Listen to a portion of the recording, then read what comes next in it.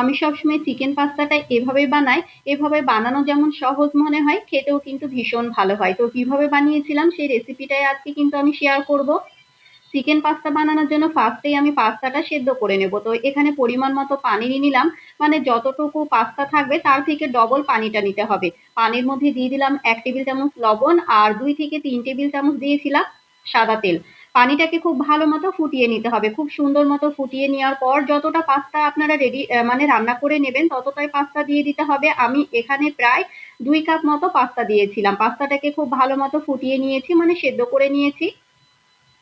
দেখুন সেদ্ধ করে কিন্তু এগুলো ডবল হয়ে গিয়েছে ফুলে, আর অনেকটাই বেড়ে গিয়েছে। এই তো পাস্তাটাকে খুব ভালো মতো সেদ্ধ করে নিয়ে এটাকে কিন্তু একটা স্ট্যান্ডের ওপর মানে পানিটা ঝরিয়ে নিয়ে ঠান্ডা পানিতে কিন্তু ধুয়ে নিতে হবে। ঠান্ডা পানি দিয়ে অবশ্যই ধুয়ে নেবেন, না হলে কিন্তু পাস্তার গায়ে জড়া লেগে যাবে, ওভার কুক হয়ে যাবে। তো ওইদিকে আমি পাস্তাটাকে ঠান্ডা পানি দিয়ে ধুয়ে নিয়ে একটা স্ট্যান্ডের ওপর রেখে দিয়েছিলাম। এইদিকে আমি যেহেতু চিকেন এগ পাস্তা বানাবো সে কারণে ডিমটাকে ভুজিয়া করে নেব। একটা ফ্রাই প্যানের মধ্যে দিয়ে দিলাম সাদা তেল। তেলটা যখন গরম হয়ে আসবে দিয়ে দেবো 2টো ডিম। ডিমের মধ্যে দিলাম অল্প একটু লবণ আর অল্প একটু গোলমরিচ গুঁড়ো। গ্যাসের আঁচটা হাই ফ্লেম করে দিয়ে এটাকে ঝুড়ি ঝুড়ি করে নিয়ে একটু লাল লাল করে ভেজে নিতে হবে। অল্প একটু লাল লাল করে ভেজে নিলে কিন্তু ডিমটা খেতে বেশি ভালো লাগে। তো আমি অল্প একটু লাল লাল করে ভেজে নিয়ে তুলে নিলাম। ডিমটা ভেজে নেওয়া হয়ে গিয়েছে। এবার ওই ফ্রাই প্যানে আমি আরেকটু তেল দিয়ে দিয়েছি। এখানে আমি চিকেনটাকে সব রকমের মশলা দিয়ে ম্যারিনেশন করে রেখেছিলাম। 1 ঘন্টা মতো ম্যারিনেশন করে রেখেছিলাম, সেটা স্কিপ হয়ে গিয়েছে। তো এখানে আদা রসুন বাটা, একটু গরম মশলার গুঁড়ো, লবণ, হলুদ, মানে যেরকম রেগুলার মশলা লাগে সব মশলা আমি অল্প অল্প দিয়েছিলাম। দিয়ে মাখিয়ে খুব সুন্দর মতো করে মাখিয়ে রেখেছিলাম। এবার গরম তেলের মধ্যে গ্যাসের আঁচটা হাই ফ্লেম করে দিয়ে খুব সুন্দর মতো করে ভেজে নিতে হবে। যেহেতু ব্রনলেস চিকেন আছে ভাজতে টাইম লাগবে না, সেই কারণে খুব তাড়াতাড়ি সেদ্ধ হয়ে যাবে। চিকেনটা যখন অনেকটাই ভাজা ভাজা হয়ে আসবে এই পর্যায়ে আমি দিয়ে দেবো কোচানো পেঁয়াজ। পেঁয়াজটা প্রথমেই দেবেন না, যদি দেন তাহলে পেঁয়াজটা লাল লাল হয়ে যাবে, চিকেনটা কিন্তু সেদ্ধ হবে না।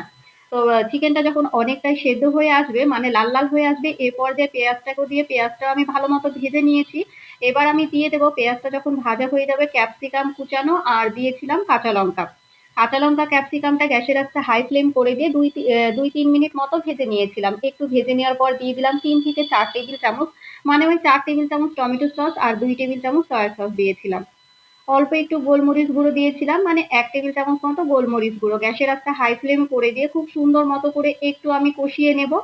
মানে 1 থেকে 1.5 মিনিট মতো একটু নেড়ে চেড়ে নিতে হবে। খুব যে বেশি কষিয়ে নিতে হবে সেটা না, ওই একটু মানে নেড়ে চেড়ে নিলেই হয়ে যাবে।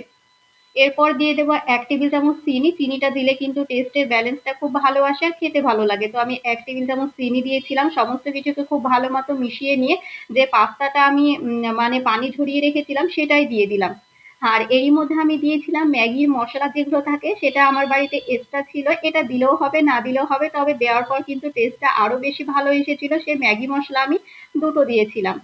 ডিমের মানে যেটা আমি ভেজে রেখেছিলাম ডিমটা সেটাই দিয়ে দিলাম। এবার সমস্ত কিছুকে গ্যাসের আঁচটা হাই ফ্লেম করে দিয়ে খুব ভালো মতো করে মিশিয়ে নিতে হবে।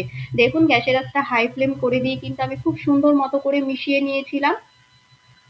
খুব ভালো মতো মিশিয়ে নিলেই কিন্তু চিকেন পাস্তা একদম রেডি হয়ে যায়। এটা বানানো তো খুব ইজি, বাচ্চারা তো ভীষণ পছন্দ করে আর খেতেও কিন্তু ভীষণ ভালো হয়। দেখুন কতটা ইয়ামি লাগছে না দেখতে, ভীষণ খেতেও কিন্তু ভীষণ ভালো হয়েছিল। এবার যেটা করতে হবে, আপনারা চাইলে এটা করতেও পারেন নাও পারেন, তবে আমি দিয়েছিলাম ওপর থেকে কিছু মানে চিজ দিয়েছিলাম। এভাবে চিজ ছড়িয়ে দিলে কিন্তু পাস্তার সঙ্গে খেতে বেশ ভালো লাগে। তো ওপর থেকে কিছু চিজ ছড়িয়ে দিয়ে গ্যাসের আঁচটা একদম লো ফ্লেমে রেখে 1 থেকে 2 মিনিট রেখে দিয়েছিলাম। তাহলে কিন্তু চিজটা মেল্ট হয়ে যায়, আর এমনিও পাস্তাটা যেহেতু গরম আছে ঢেকে রাখলে চিজটা মেল্ট হয়ে যাবে। আমার কিন্তু চিকেন পাস্তা একদম রেডি হয়ে গিয়েছে। রেসিপিটা কেমন লাগলো অবশ্যই কমেন্ট করে জানাবেন।